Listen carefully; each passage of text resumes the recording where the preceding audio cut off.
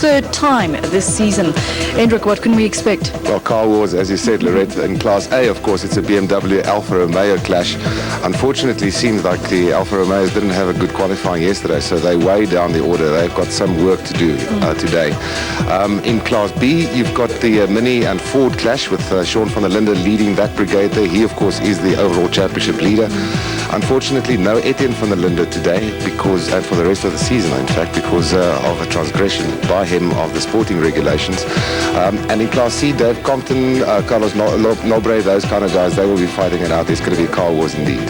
Class A cars go under 2 minutes for the first time with 4 BMWs on the 2 front rows. Marco de Cunha down in 5th position heads up the Alpha Brigade, with Martin Steyn not getting in a fast time, down in 9th. Henny G, 2 years out of production cars and already on the front row. I think it's a big wake-up call for all the guys that have been out there for the whole year, but No, we're not sure yet. I'm pretty chuffed in any case. It's been a little bit of a struggle thrown in the deep end, not getting much mileage. But also a bit of a penalty weight to start off with. I thought it would be an easy target in base weight to start off with, but not. We had to get to a penalty weight, and so it's been pretty difficult, but pretty happy for second to start. In Class B, Clint Weston puts his Ford Focus ST170 in pole position. Philip Kekana in the Toyota looking very strong in second position, with points leader Sean van der Linde in possibly a calculated 4th position there. But there's nothing calculated in the fast lap set up by Craig Nicholson, who rolled his Mini spectacularly, and he will start down in 10th position. Well, Craig, we've got a fantastic picture of your car and how it used to look in the background there. Tell us what happened, bud. It was on a pretty good lap. Everything was fine. Hooked up all the apexes, went down the mine shaft, and just before the bowl got on the brakes, and we think the lower control arm at the left rear broke, and rolled it over in the kitty litter, I'm afraid. I think they should change this course to Roland Garros, because I mean, you and Clint Weston in the Class B is giving it a big roll there earlier on today, and now of course you in your little Mini. Yeah. Are you going to be able to put it all together for tomorrow? We've got a lot of broken bits and pieces. We just hopefully get the car back as soon as possible. If it's humanly possible, we'll race, and we're certainly going to burn the midnight oil tonight. Yeah. Class C, Carlos Nobre has pole position over points leader Dave Compton. Cor Kramwinkel is next to Eckhard Schinknacht in the Turbo Diesel Polo on the second row. Mike O'Sullivan, the Swartkops winner, only down in 9th position, so he's got a huge amount of work to do. 2 BMWs on the front row, followed by Johan Fourie. Leroy Polter would have been there, but as we say, he's starting from the pit lane as we get underway. 9 laps of action ahead of us. Car wars, that is what we expect. A good start there from Anthony Taylor, but that is Johan Fourie in the silver-coloured cars coming through to take the lead. Willie into the SS. He's got the outside line, and a very good start there also from the Alfa Romeo. I think it is the Alfa of Marco de Cunha, who for the first time this year has out-qualified his teammates. And here come those 3 cars. So it is Craig Nicholson and Leroy Polter in the Mercedes, as well as Hector North, who join as they come through Nashua for the first time. Lots of dust being thrown up there, and it is Anthony Taylor who has the lead. He held on to his pole position, and now through Goodyear's sweep for the first time, and that I think is Marco de Cunha. Yep, it is Marco de Cunha slotting into second position. A great start there for the Alfa Romeo team as he goes into second position. Oh, some bumping and barging going on there. Of course, Johan Fourie driving a K80 Estate BMW. No teammates of Henny Groenewald, so no love lost there, and that has allowed, I think that is Morne Jurgens as well in the other Alfa Romeo to close up on them. It goes a bit sideways there. That's Martin Steyn, in fact. Martin Steyn coming through there. So we'll pick them up as they come around up the hill towards Westbank for the first time. In Class B, it should be Sean van. No, it is Philip Kekana. In fact, Philip Kekana, who is coming through there. Oh, but problems for Johan Fourie as he goes straight in Westbank. He seems like he's run out of brakes straight into the wall. Johan Fourie out of the race, clearly. Well, there was a lot of contact between him and Henny Groenewald earlier on, and I wonder whether this brake failure, if it is a brake failure, may not have something to do with that. But back to the survivors at the front. Okay, coming through Yokohama King for the first time. The tyre barriers there being thrown around as the cars touch them through Vodacom for the first time. The Alfa Romeos are looking strong there. After qualifying, they need a strong performance here today, as we saw them coming through and giving some good performances at Swartkops last time around. So it is Anthony Taylor, Marco de Cunha in second position, Martin Steyn, the other Alpha, in third, followed by Stephen Morris. Warner Jurgens is in fifth position. Henny Groenewald down into sixth now. Philip Kekana leading the Class B field ahead of Sean van der Linde in the Mini. Clint Wester, who started from pole position despite a roll before qualifying yesterday, has dropped back to third in that class. Yeah, he didn't have a great start. Unfortunately, I think he got boxed in by the fighting that was happening up front between the Alphas and the BMWs, and that caused a gap to open up and allowed Philip Kekana and Sean van der Linde to get through. So from a roll to pole, back to third place. Martin Steyn and Marco de Cunha. Marco de Cunha in second position is hassling Anthony Taylor all the way. Meanwhile, in Class B, a similar situation as Sean van der Linde has worked himself up into second place, chasing down Class leader at this moment, Philip Kekana, and he's getting very close here on the exit of Goodyear Corner. Very, very close indeed. Who's going to break first for the S's as for Kekana? Oh, he's losing it. Philip Kekana's lost it. And Sean van der Linde goes into the lead. Philip Kekana just cuts across. He's very lucky not to take out the new race leader. Sean van der Linde now has a clear track in front of him. Going up the brow towards Westbank now. He's probably keeping an eye on his rearview mirror. There is Philip Kekana in the dust. And the Kyalami marshals rushing to the scene. Hopefully he's fine. Still Taylor from de Cunha and Steyn. There's only half a second between them. Safety car board has been shown. The safety car is out, so they will have to slow down. The safety car board will be shown right around. There we go. The marshals now just waving the yellow flag and putting out the safety car. Everybody will have to slow down and hold their positions. No passing allowed. That's Warner Jurgens in the Alpha. That's a race of attrition here. That's the Telkom S's, I think, yes. So I don't know why and how he gone off there, because I think the safety car board came out after the leaders came. You know what might have happened there is actually the safety car, they'd gone past, the safety car came out, and he might have come under braking very late there and misjudged the person in front of him and had to go wide to take evasive action. But and unfortunately, he's ended up at the end of turn 2 there through the S's. The race has been stopped and Philip has been taken out of the car. This is all precautionary. Word is that he's fine and we're quite ready to get going again. All set for the restart. It's going to be over 6 laps because the race was stopped behind the safety car to get Philip Kekana out of the car. The news is that he is fine, but as a precautionary measure, he was taken to the circuit hospital in an ambulance. So it is the order in which they were when the race was stopped, which means that Anthony Taylor will lead them off the starting line ahead of Marco de Cunha, Martin Steyn. Their teammate Warner Jurgens is out of the race, as we saw, as is Johan Fourie. All of them fine, but a somewhat depleted field in Class A. There we go. So it's a 6 laps sprint from here onwards, and let's see whether Anthony Taylor can hold on to that lead that he worked so hard for. Here comes Martin Steyn. Martin Steyn. That is Marco de Cunha, in fact. It's Marco de Cunha goes into the lead. Marco de Cunha takes the lead around the outside of Anthony Taylor in the S's at the restart. So the battle is on. BMW on the inside, as Anthony Taylor would like to take Marco de Cunha, goes a little bit wide. He's going to lose some momentum there. He's got his teammate Martin Steyn right up there behind him as well. They're going to try and get into a 1-2 position. They are locking out the inside line, and Martin Steyn has gone, no, he hasn't yet, into second position as Anthony Taylor holds that line. He's going to be able to defend that second position into Goodyear Corner. Let's have a look there. No, he's not, as Martin Steyn slots into second position, and here comes Stephen Morris as well. It's a great restart there for the Alpha team. Great. Fantastic. The Alfissimo must be going absolutely bananas around the circuit. We've got Alpha 1 and 2, de Cunha and Steyn, and then it looks as if there's big pressure coming from that K. Eddie Estates car from Stephen Morris on the 2 van der Linde cars there. But at this stage, it's still Anthony Taylor sitting comfortably in third place, but a bit of pressure coming.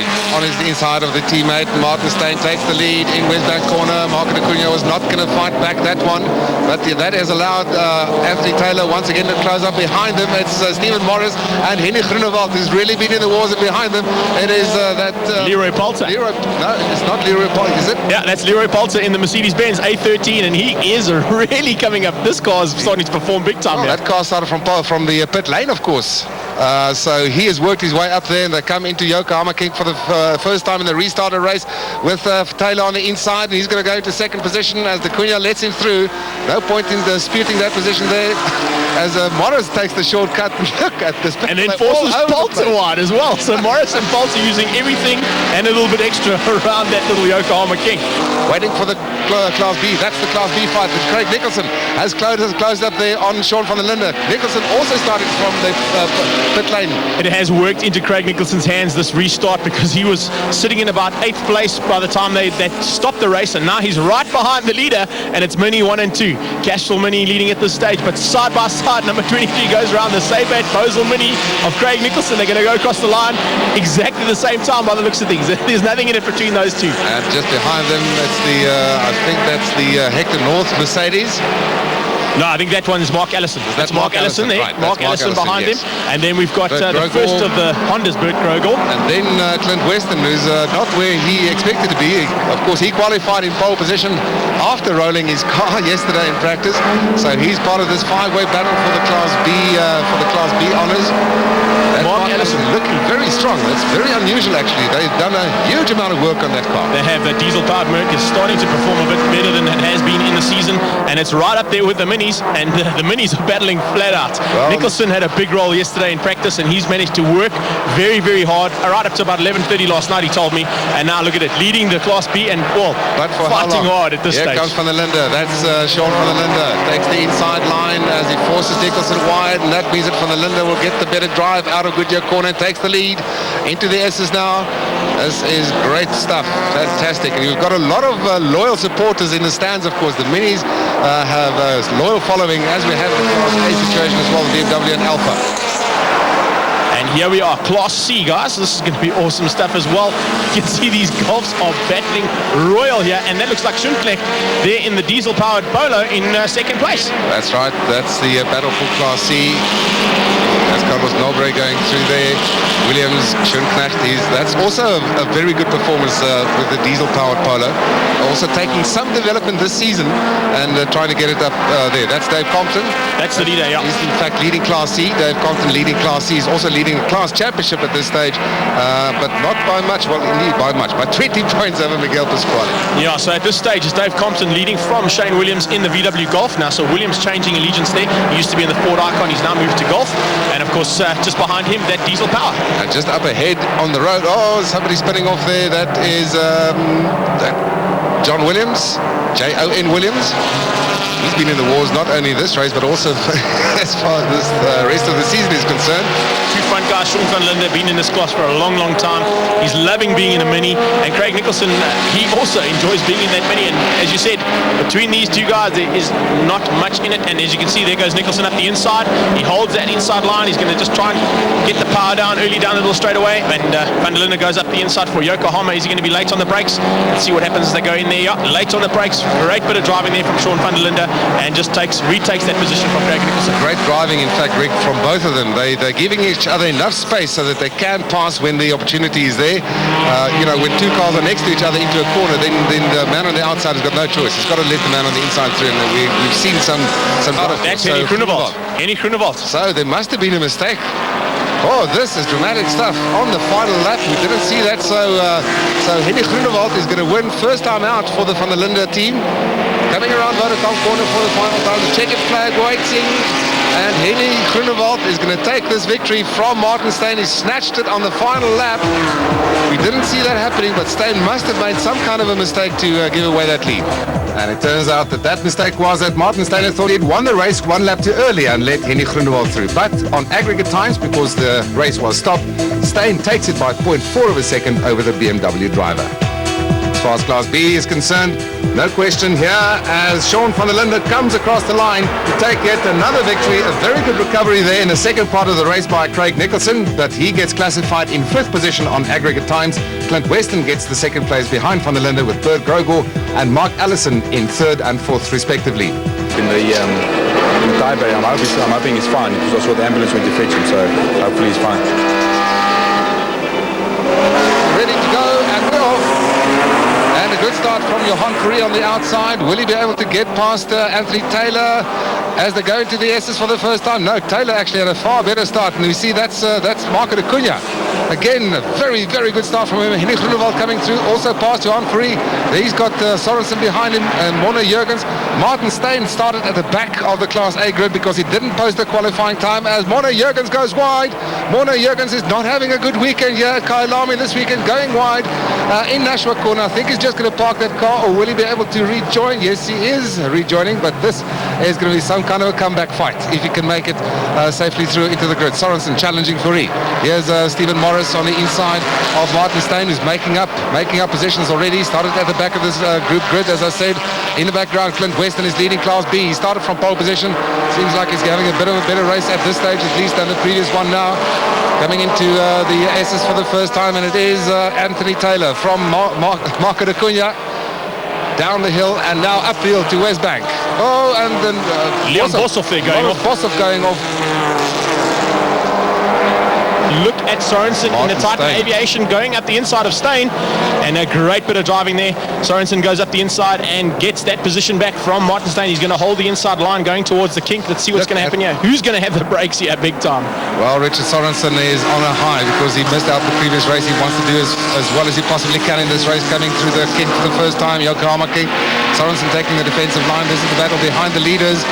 Through Vodacom for the first time to end lap 1 out of 9. There's the group just ahead of them, and it is Anthony Taylor who leads Marco de Cunha. Henrik Groenewald in third. Look at this, neck and neck as they go over the line, and Steyn has got him.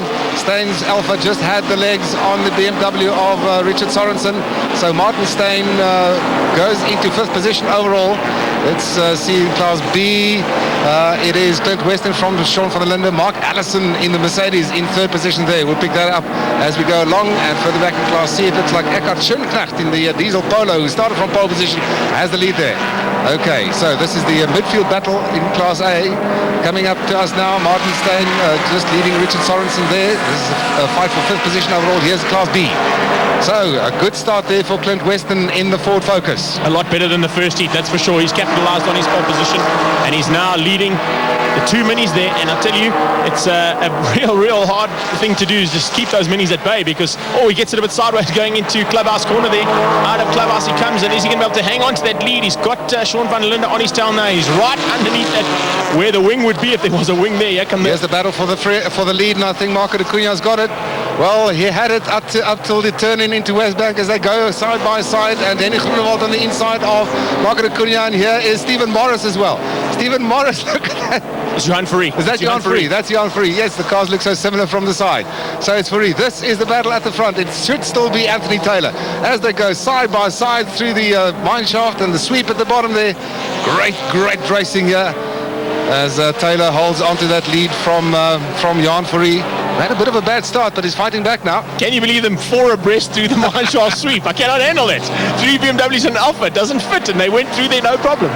But geez, it's unbelievable driving there. Well done to all of those drivers for hanging on and not getting into each other's way.